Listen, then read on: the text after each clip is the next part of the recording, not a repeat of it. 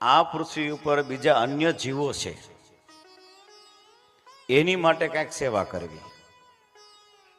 ગાયની સેવા કરવી, કૂતરાની સેવા કરવી, પશુઓની પક્ષીઓની સેવા કરવી, વૃક્ષારોપણ કરવું, વૃક્ષોની સેવા કરવી, વૃક્ષોને ઉછેરવા, આ છે ભૂત યજ્ઞ. હા, એક સાથે અનેક યજ્ઞ થવાના છે આપણા સપ્તાહમાં.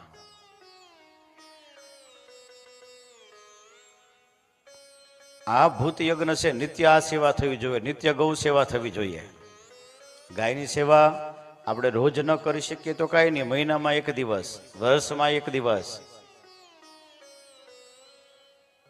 અહીંયા તો રોજ આપણે ગા રાખવાની એટલી બધી આપણી પાસે સેવા ન કરી શકીએ, ગાયું બાંધી ન શકીએ, પણ જ્યાં બંધાતી હોય, જ્યાં સેવા થતી હોય, ત્યાં આપણે સહભાગી થઈએ.